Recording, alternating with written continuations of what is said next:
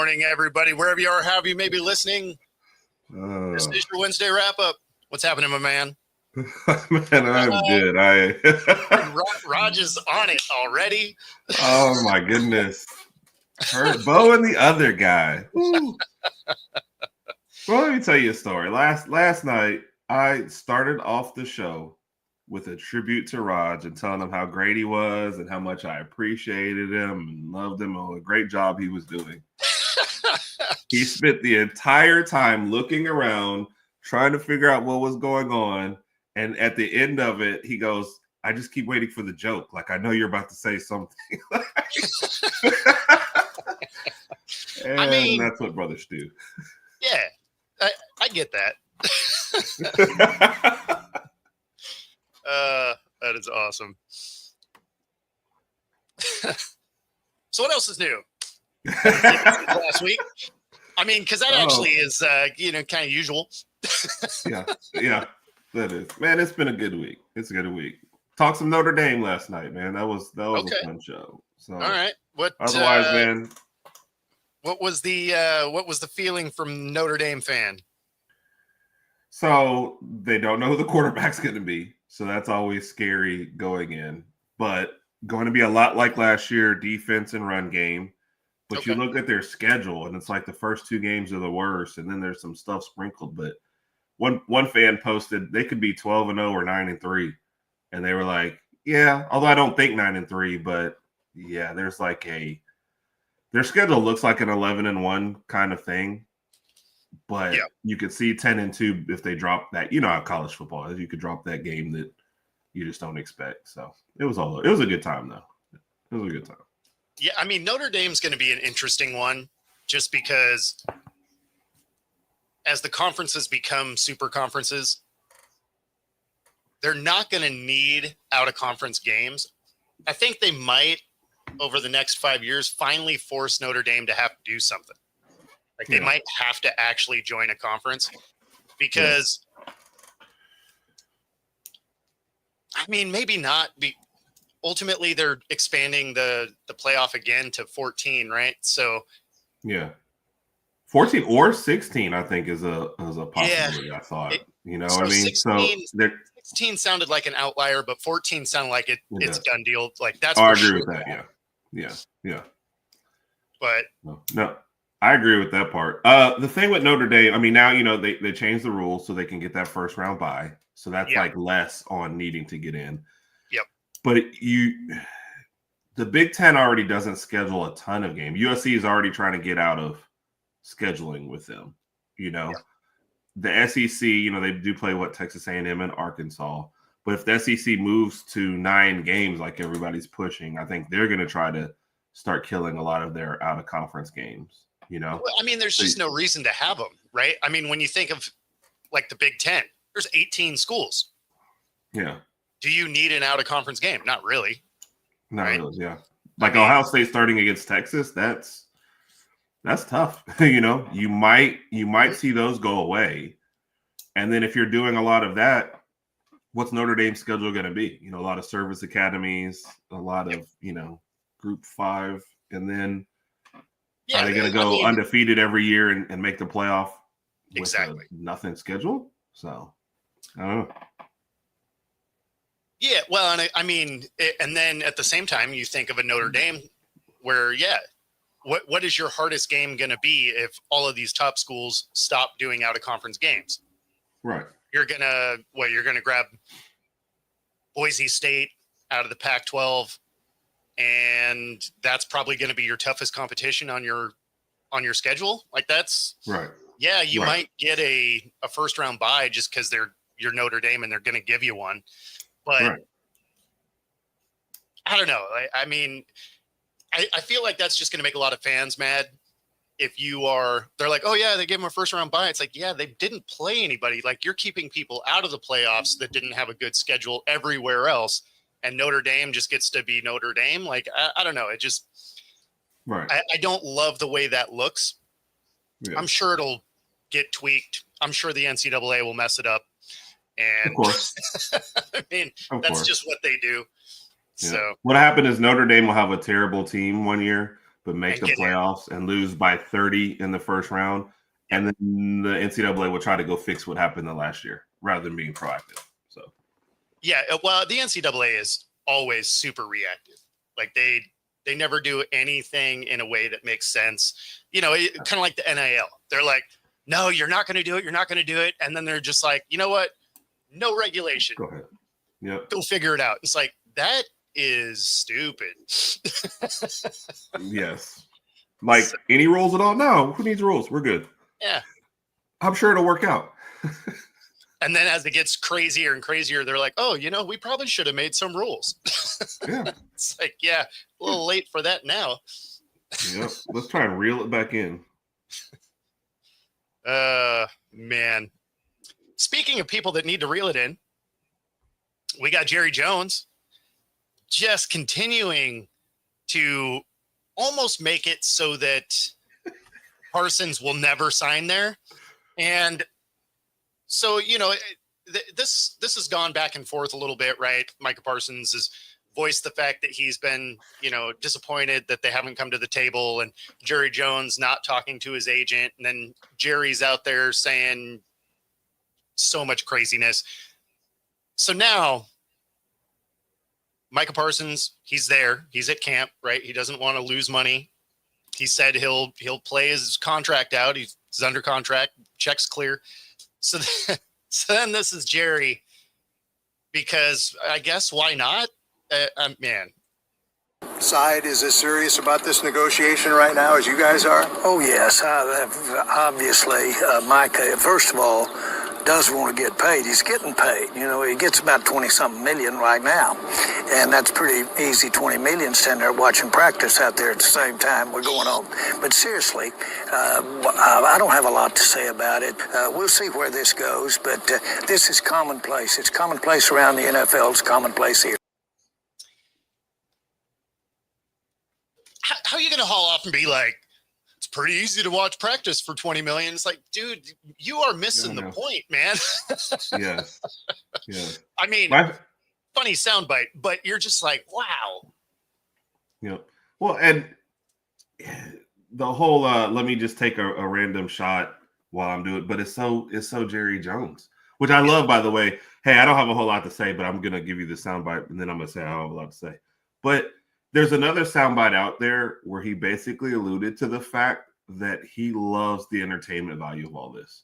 He's willing to endure the holdouts, basically, to be on the front page. And I think that he's getting, you know, we've talked about Jerry Jones a million times, right? Great at getting talent, but bad at the running the team part of things. And this is part of it. He's like, I could make this guy happy. I could save some money, or I could be the talk of training camp. I could be the talk, you know, when I signed Dak the day of the first game. Like, I could be the story. And there's honestly, you know, what they valued over $1 billion like recently. There's a part of him that's just a businessman. That's they're like 8 billion, something like that. Yeah. So there's a part of him that just likes the entertainment value. Because otherwise, why would you say that? What is the whole point of trying to alienate every one of your best players and lose money on every single one of them? So, hey, you know, if that's the way you want to run your team, that's fine. It will be great for business. It will be bad for football. But that seems to be a secondary concern. Yeah, he doesn't seem to care about football really. But I mean, you know, whatever, tank the team. It helps us out. So good job, Jerry Jones. We appreciate you. And since Raj is here, we might as well barbecue his team a little bit. He's like, oh, this is what I get for being on time? Hey, you know, thanks for showing up. So Tyreek Hill has spent this offseason and camp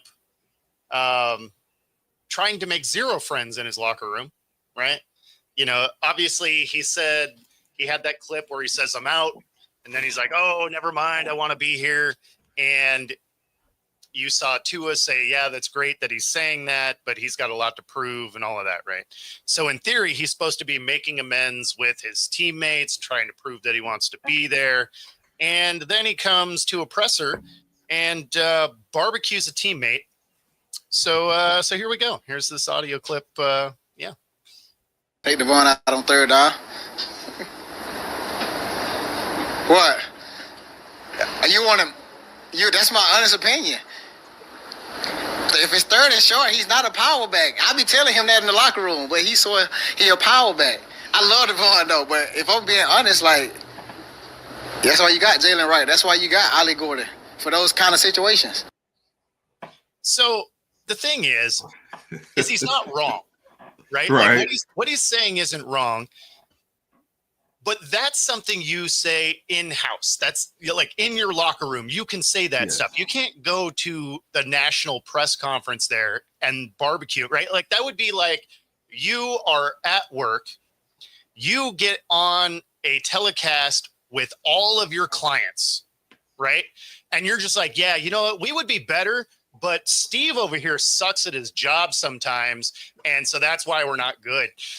Yes. You can't do that. Like you can't just kill a teammate. Like again, in-house, yeah, you have to be aware that, you know what, you're not that dude.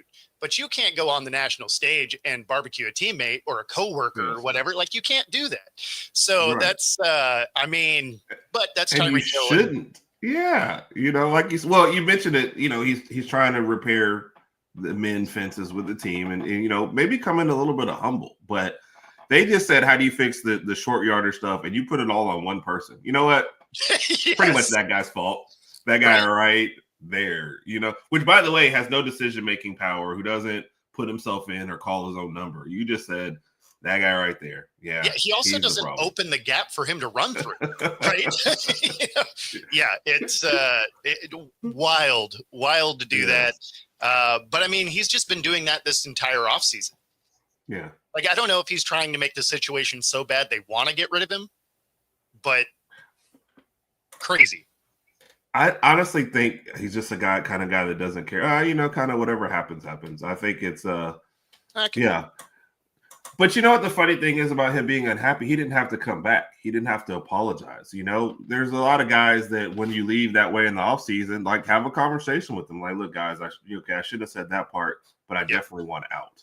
Like get me out of here. I don't have to make this a public fight sort of situation, but just get out, get me out of here. So, I don't know. Yeah, J-Mac, I would have loved to do K-Mac. You saw at the bottom of there, I guess he was laughing at it, but he definitely should have gone back at him. So, the real problem with their short yardage is they're a team. We had this problem with when Tua was at Alabama, though. He's built for, you'd rather have Tua at the 30 than at the 5. Because that's what Tua is good for. He loves the long ball. He loves the quick plays, getting out there. He's not a short yardage guy. I mean, he's never has been. So, yeah. No, I mean, it's just a weird thing to do. Even if you're unhappy, like, why are you going after your teammates? And if you're his teammate, of course you're going to do that because you don't want it to look like you're butthurt about it, because then it just makes the story last longer. So, you'd almost have to laugh it off. But sticking with Miami, you got your coach just crashing out, which is also hilarious. I think he's feeling the fact that this is probably a hot seat year for him. Oh, definitely. You should stand corrected. Good morning. False. Great morning. Let's go. Why great? What makes this one great? Because we're another day closer to death. I mean, man. Okay. You got your coach crashing out. Raj, y'all good over there, Raj? Everything. Somebody needs to know. What's even happening in Miami? I think he knows he's getting fired at the end of this year. Yeah, I mean, if they don't perform, you have to think so, right? Yeah. I mean, it's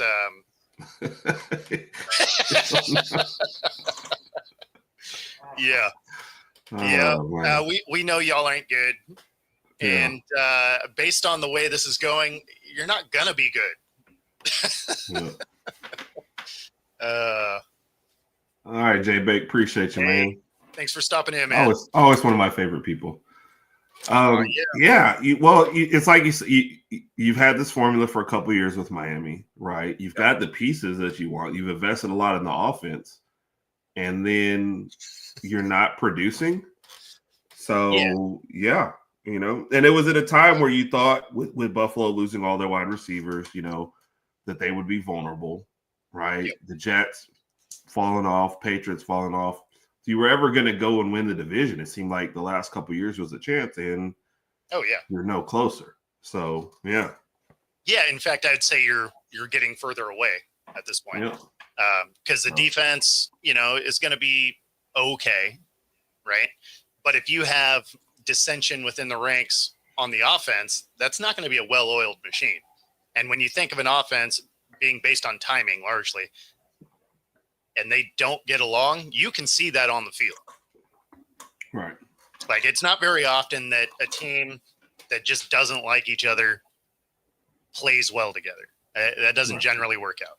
Sometimes there's been a couple of situations where, the talent has just been able to rise above it, but it's not typically the case. So, Raj, sorry, buddy. I think you might be in for kind of a long season. This could be an interesting one. But like you said, with the rhythm offense, and you kind of need everybody on the same page and everybody happy, and all it takes is one guy to kind of throw that off. And you have no idea where Tyreek's headspace is right now. And this could be a weird one. At least you know which guy is going to throw it off. Like, there's no question about that. You're like, oh, yeah, there's a problem on the offense. I wonder who it is. And he's over there going, yeah, it's Demo A-Chain. Like, not what we meant. What's up, Carol? Our favorite Georgia Bulldog. How are you? Hope you're having a good morning. Speaking of teams that are just doing weird stuff, we got the Bengals. They sign a tight end. And Noah Fant from the Seahawks. Yep. Great fit for their offense, actually. The way he plays tight end will be perfect for the Bengals. It sure shows that they just do not care about defense. They're like, hey, you know what? We have a little bit of money left. Not a lot, but a little bit of money left. We need more offense. That's what we need. So they better be putting up 65 points a game, because they're going to struggle to keep pace with anybody. Their offense is going to be prolific. They're going to score a lot of points, but they're not going to stop anyone. So, they're going to have to score every time they touch the ball. Yeah. Is he a better fit than Gesicki for that offense? I think it'll I always be thought of Gesicki as a good receiver. So, yeah. Well, I mean, Fant's a good receiver too. I think it'll be one of those where they're going to have, two tight end sets where it's like 5 wide. Right, because you can line Noah Fant up almost as a slot, right? Like just a huge slot guy. So I think it'll be one of those where you end up with dual tight end sets running 5 wide. They're like, we're not even gonna try and run the ball. You know what? We're gonna throw it nonstop and play no defense. And that was kind of when you said Fant, I was like, they had Gesicki still, right? Like, it is wild to me that you already have a starter at a position, that you sign somebody else, and like you said, just completely ignore any defensive needs that are out there, possibly. But I want to know how, is the general manager pitching this to the owner or even to the coaches? Like, is the defensive coordinator just showing up every day in a robe with a martini going, it really doesn't matter what I do? Yeah, I feel like he's sitting there just hammered, kind of. I almost imagine him like Daly, right? The golfer, right? Just in the wildest outfit ever, just sitting there with a cigar and a glass of whiskey. Are you even calling plays? Are you having your guys run drills, or are they all sitting over in the corner playing Madden, during practice? I mean, they might as well play Madden. You don't got no dudes anyway. I mean, I don't know. You got no dudes, and you probably can't afford any injuries, so you should be hitting in practice, because on the defensive side, you really need every one of those guys. I But don't on the know. offensive side too, I'd be scared if you lose one of those guys that you're paying all this to, then you're screwed on that side too. So, Oh yeah, if they have any injuries on the offensive side, this thing goes south quick. yes. I mean, if you end up with really either one of their top flight receivers going down, you have to think that people are getting fired. Yeah. Because now you're going to have a defense that can't stop anyone and an offense that can't score. Yep. Yep. They survived a little of Higgins injuries in and out last year, but that was from all world seasons from Burrow and Chase. Like, you can't expect what they did. You know, basically an MVP and a triple crown season, you know, and I know he obviously wasn't in the running because his team sucked, but Burrow had the best numbers in the league. You can't expect that year after year, especially like you said, you're deciding no defense and no running game. So, well, yeah, I mean, if you think about last year, the numbers that Burrow put up, if he was on a 12-win team, he probably wins the MVP. Oh yeah, running away, going away. I don't even know if it's close with the other guys, but yeah, this is gonna be wild. I just thought it was hilarious. They're like, "Oh yeah, there's a signing for the Bengals." I'm like, "Oh cool, yeah, like right on." I wonder what they got. Oh, the Seahawks tight end. You're like, what? Did you mean the Seahawks defensive end? Like, is that what you meant? Did I hear it wrong? Oh no. No, it was just, I don't know. It's bizarre to me. I mean, it's almost like there is like a 7-year-old playing like the GM role on Madden, like legacy style. You're just like, do you actually know what these positions mean? Like, like now his rating was high. I signed him. Yes. Yep. It didn't cost that much money. Yeah. Okay. Great. Defensive coordinators over there begging. Maybe the defensive coordinator, you know, I don't know. They're blackmailing him. So I don't know. Maybe he did something he should have. I don't know. Maybe he's being punished. And it's like the world's longest punishment. Like, hey, no defense last year, no defense this year. But when we lose, we're blaming you and you're getting fired at the end of the year. So is being fired a punishment or is it a release? I mean, that is a good question. I think it almost it would be tough because it would be viewed poorly getting fired, right? Because they're like, how did you not win with a perennial all-star type of player in Burrow and Chase and Higgins, and, you know, now you have 2 tight ends and you can't figure out how to win.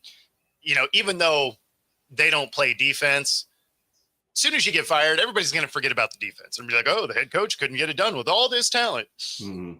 Like that's always the conversation. You're like, oh, he had all these great players. It's like, yeah, but they gave up 80 points a game. So yeah.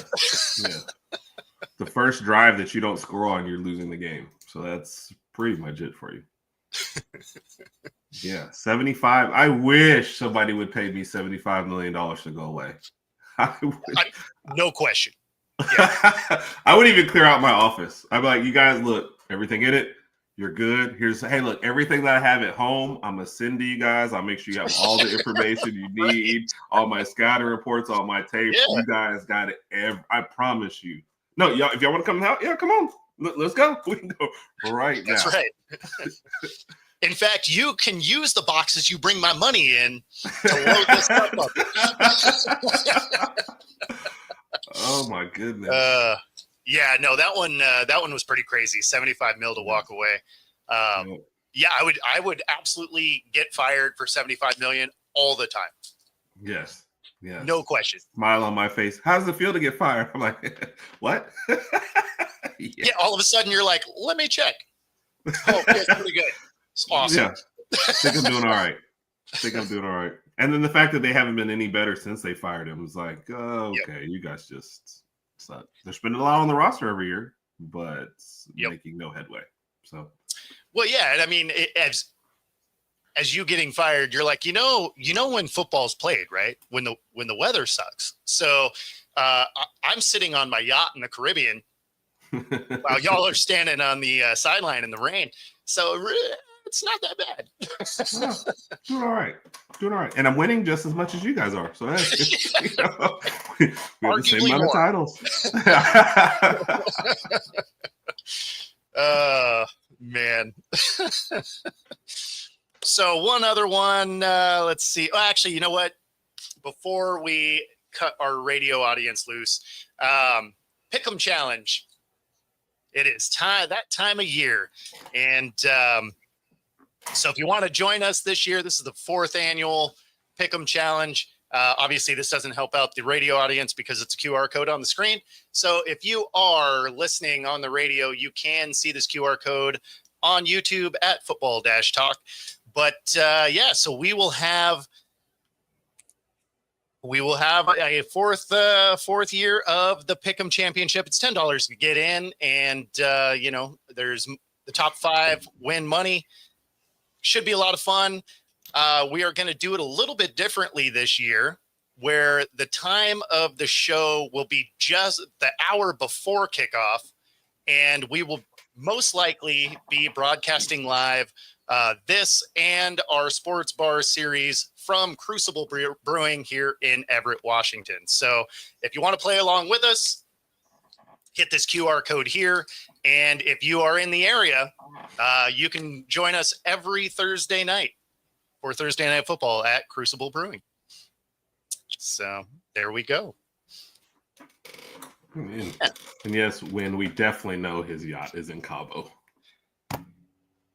Actually, not a Cabo fan. Notice how he's not saying anything about the yacht part. He's just not a Cabo fan.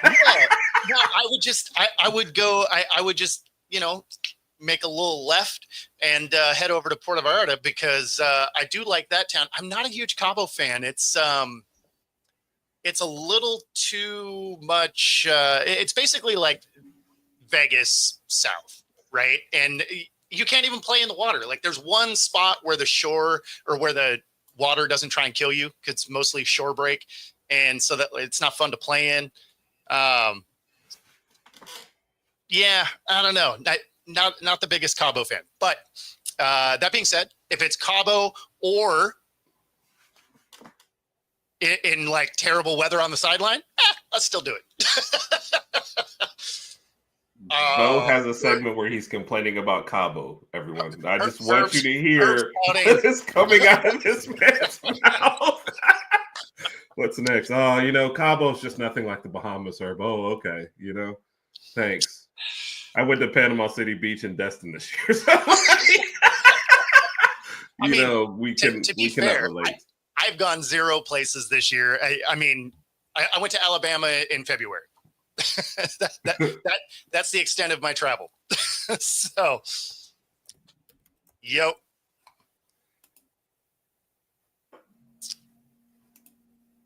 Yeah, again, there's other beaches you pass that are better on the way down. So there is that. That being said, we do have to let our radio audience go. If you are listening on 97.3 ICU radio, we got some smooth jazz headed your way. If you want to catch the second half of this show, stay tuned on YouTube at Football-Talk. And of course, let's go ahead and do this. If you are in the Pacific Northwest, you can use this QR code on the screen. Free 5-day pass at any of the True Fusion gyms, Pilates boot camp, yoga bar, and more. Find your edge. True Fusion Gym. And of course, if you are here in the Pacific Northwest as well, Archer Duck Cleaning. If you haven't done your ducks in the last year, there's probably a lot of nasty stuff down there. Biggest thing is dryer fires start 15,000 house fires a year nationally here just in the U.S. If you haven't had that done in the last year, I highly recommend you do it. Not only will it make your dryer more efficient as far as cleaning your clothes or drying your clothes rather, but it also helps protect your home. All right, there we go. Look at me being professional for a second. Yeah, I was impressed. I can take a few notes here. Yeah, I don't know if you want to do that. So we did have the Hall of Fame game, and the Lions looked awesome. Awesome. Yes. They were very good at turning the ball over and not scoring and playing no defense.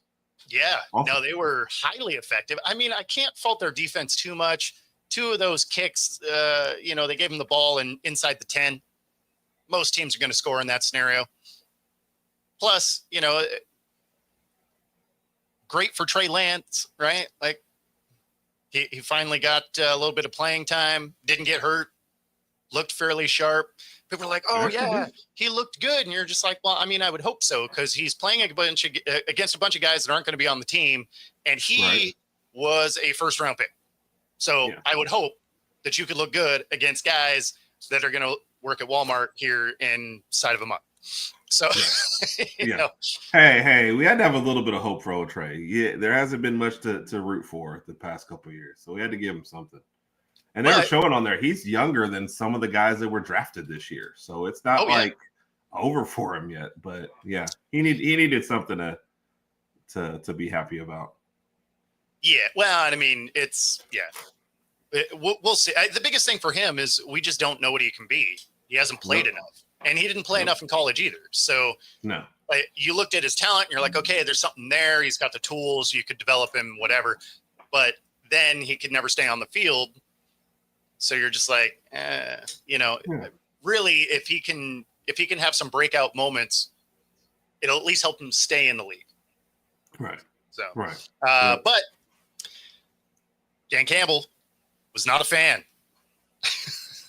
Concern's not the right word. It's just more, look, we have our own standards, and it doesn't matter if you just walked in the door or, you've only practiced, you've had 10 practices, it's just, look, we got to take care of the football, and it doesn't matter. You're wearing Lions gear, you got to take care of the ball, man, or it's going to be hard to keep you around, and so it's a hard lesson to be learned out here like that, but it's also we gotta put a little pressure, gotta apply a little pressure in a good way, so we get better, man. We gotta put some urgency on this. It is early, but it's never too early to get better, right? In a good way, like you could be gone. Yeah. You know what that is, right? That's a guy who had his team decimated by injuries last year.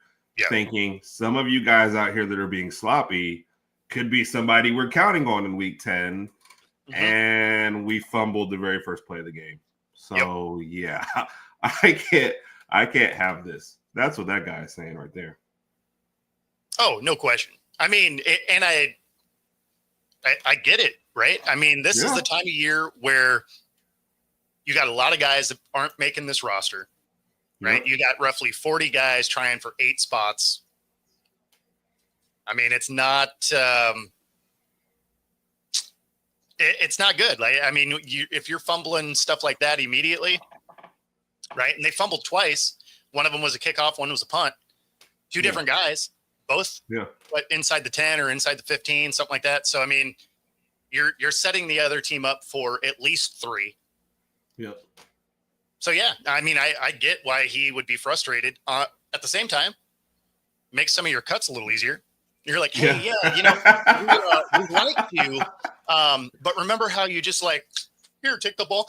Yeah, so we don't do that in Detroit, actually. Yeah. Thank you. Appreciate you. But yes. And you fumbled the first play. Like, it was kind of hard to get over that one. So you guys did these in a very, very public manner. So, yeah, we're good. So. I mean, at the same time, why do you have a linebacker getting the first kick? I mean, that's weird. How many linebackers are you like, you know what? Best hands in the league right there. It's almost like they're like, hey, we're about to cut you. No, wait, I'll do anything. Want to return a kick? I mean, sure. Why not? I don't know. I'd fire the special teams coach along with him. Like, what were you thinking out there now? So exactly. Yeah. No, it's I don't know. It was such a bad showing. I just didn't really see that coming. I was expecting sloppy play, right? Because it's always sloppy play preseason. Again, because it's a lot of guys that, are probably actually trying too hard to stay on a roster. And so they get a little bit out of their fundamentals, over pursue, make mistakes, stuff like that. Right. But yeah, watching them play, it's like, what did you guys do well? Right. Like, what aspect of this game where you're like, oh, okay, well, you know, we can, when we watch the film, like, that'll be cool. I saw 3 hours of pretty terrible football out of Detroit. Yeah. Yeah. Especially when the other team is like not making that many mistakes. If both teams are sloppy and it looks bad and maybe they capitalize here and there, you're like, okay. But when your team seems to be making all the mistakes, then it's just further. Plus, you know, you got a national TV audience. You know, you're going to be asked a million questions about that. You know, I mean, if this is hey, there's 8 preseason games on Saturday and this one's buried in between the others, unless you had, you know, an NFL package to watch this particular one, you're like, okay. But you were in the game, you know. Everybody watched. Everyone, we over dissected every play that was out there because you were the only thing on. So you're getting in the second quarter at the 5:13 mark. Yes, you know what I mean? That makes it even worse. And then, you know, for Campbell, you come off the way the season ended last year, you know, with being kind of the talk of the town and then losing the way you did.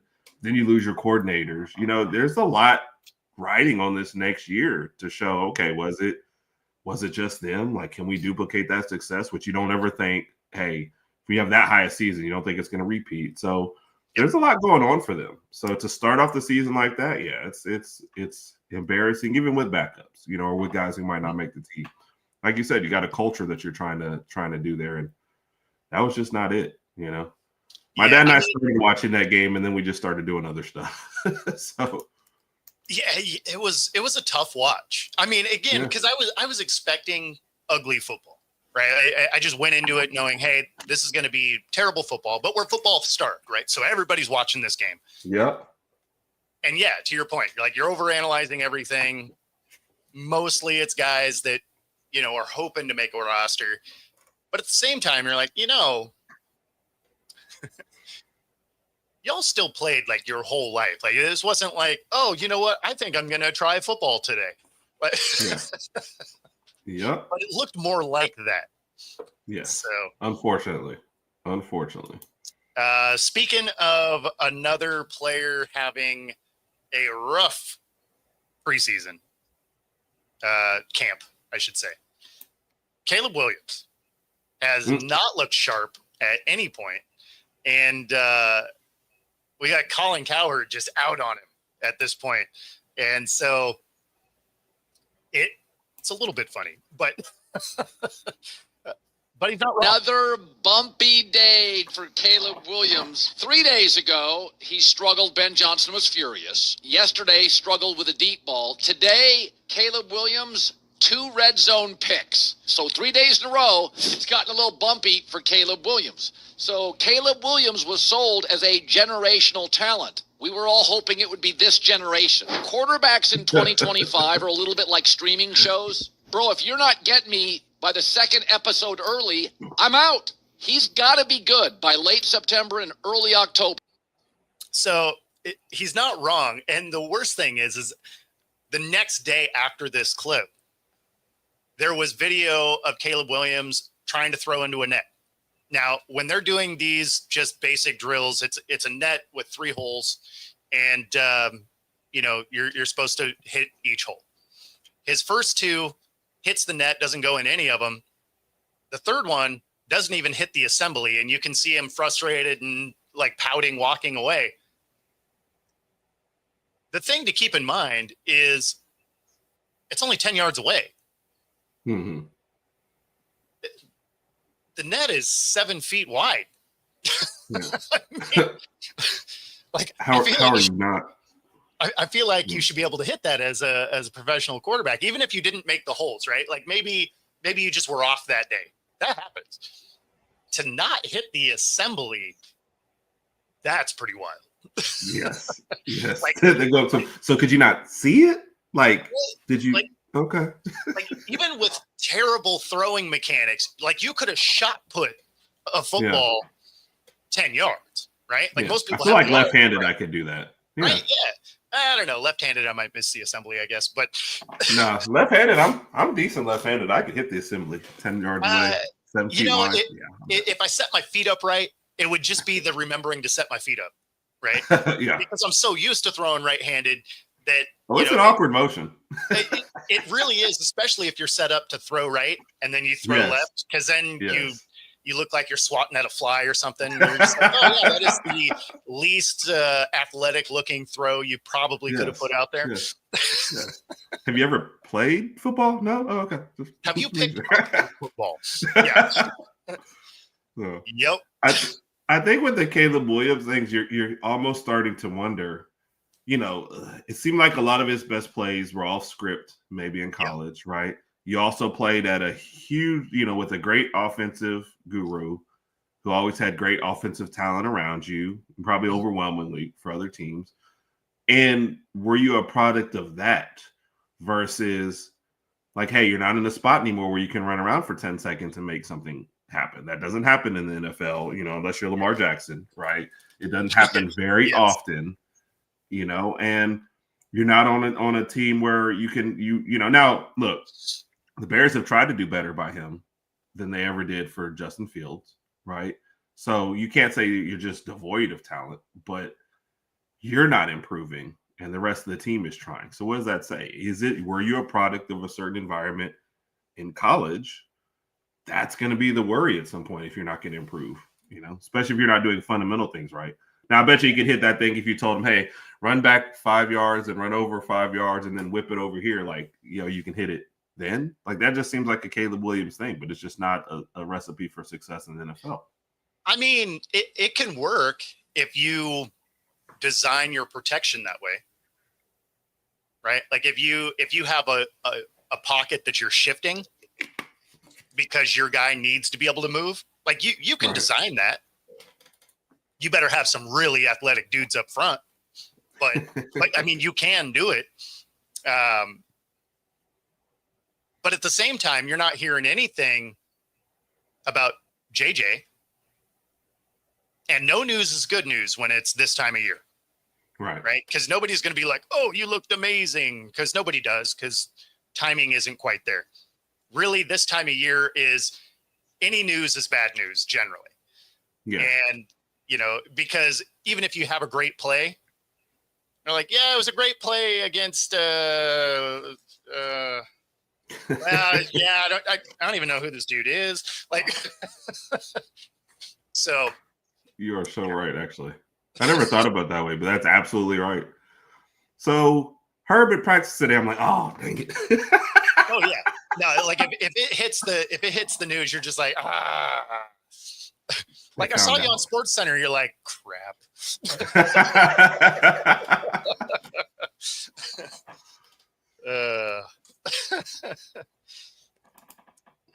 We do have preseason games coming up tomorrow. Got 3 preseason games. Preseason starts for the entire league. And, it's a couple of these are going to be fun, right? So there's 3 preseason games tomorrow. The rest of them are all over the weekend. Colts, Ravens. I guess what's fun about these is you're always curious which coaches are like, hey, you know what? Starters need to start. Right. Or if they're going to be like the Bengals, where they're like, you know what? Our guys just don't need to practice. And we'll wonder why we lose game 1 every year and look terrible. Yeah, right? And it's funny because I wish I would have kept to this soundbite. I never did end up grabbing it.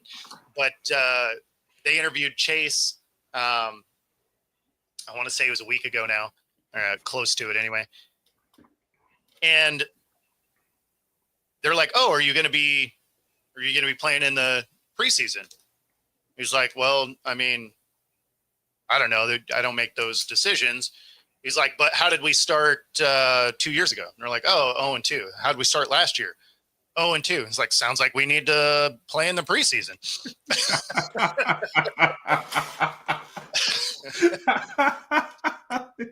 He said, I don't make these decisions, but there are stats to back up. Right? And it's not like a small sample size. We're talking year over year here.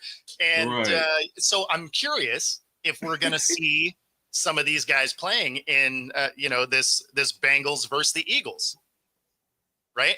Because that has a potential. Starters expected to play a quarter in the preseason opener.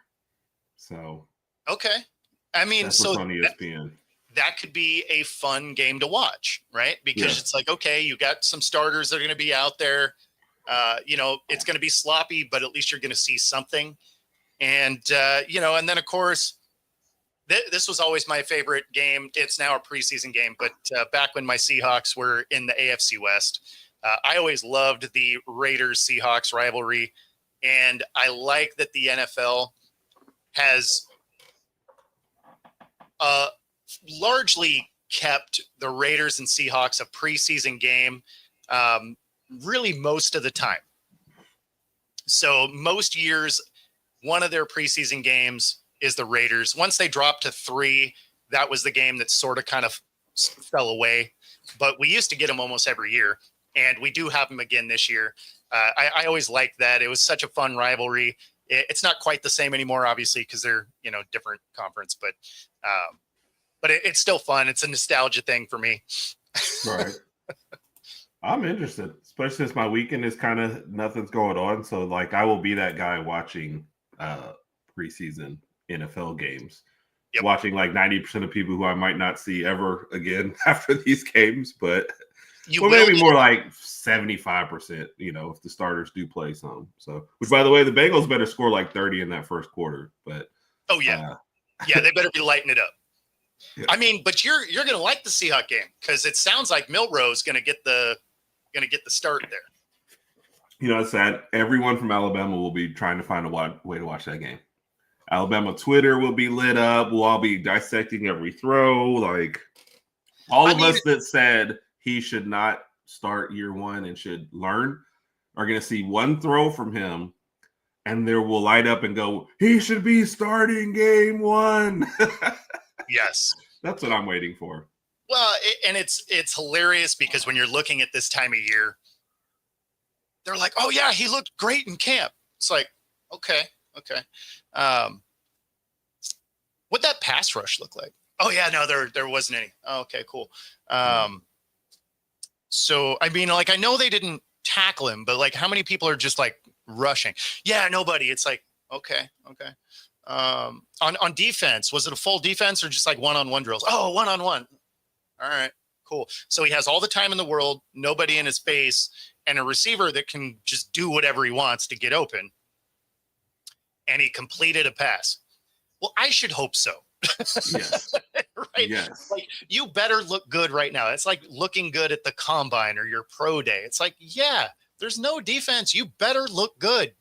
Like, if you can't complete a pass in a pro day to your buddy you've been choreographing your routes with for 3 weeks, I mean, the only thing you can do is look bad, right? Like, if you look good, it's just like, I mean, you should.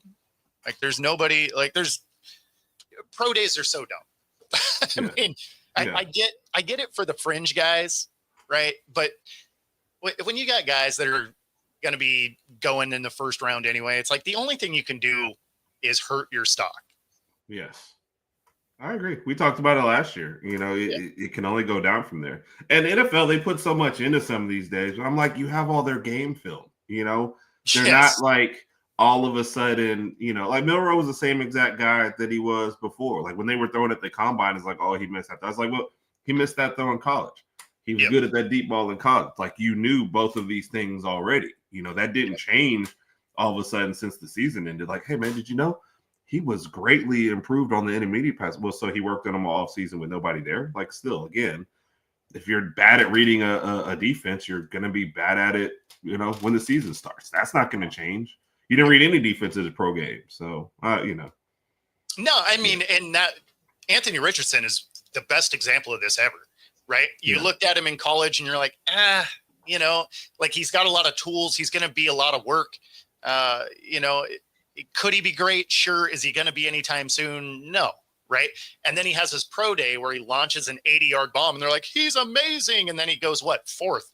And you're just like, I feel like y'all reached a little bit here for a guy that was probably a second round talent.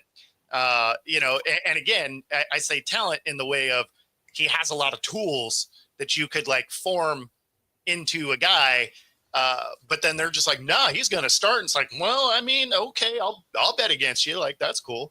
Like, yeah. Richardson Pickem would have challenge. been hurt. I got one right for sure.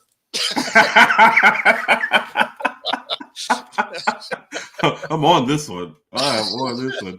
Richardson seems like if he was, Milroe and had more starts, he would have been exposed more and he would have dropped in the draft. I think if Milroe had come out after like 5 starts and people are cherry picked a couple of games, he'd been a first rounder. But it's like the bigger sample size you have on projects makes you realize, okay, these guys are kind of projects. So Richardson, they definitely reached for, and then they sent him out there to start too early. So they messed up that whole situation for sure. Yeah, I mean, not a Colts fan, so it was enjoyable. Made that pick easy, but yeah, I don't know. It's some of those things that you watch GMs do and coaches, right? Coaches sign up for it. You're just like, I don't understand the thought process here. And it was like the Panthers giving away everybody to go get a quarterback. It's like, okay, so now you've gotten rid of any talent that you did have. Yep. You don't have an offensive line, right? Yep. And then you go and get the guy, and you're just like, and then they're like, oh, he got hurt. It's like, yeah. He has no one to throw to, no running game, and no offensive line. What did you expect him to do? I remember watching a play where, a quarterback got absolutely smoked because he had the center, and then the rest of his team ran away. Like, that's essentially what he had. Yeah.